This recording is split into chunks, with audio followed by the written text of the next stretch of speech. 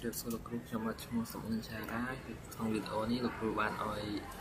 นมรำโกดวันนี้แต่พอยังบานเสกนองหาบอยังบานด้วยเลย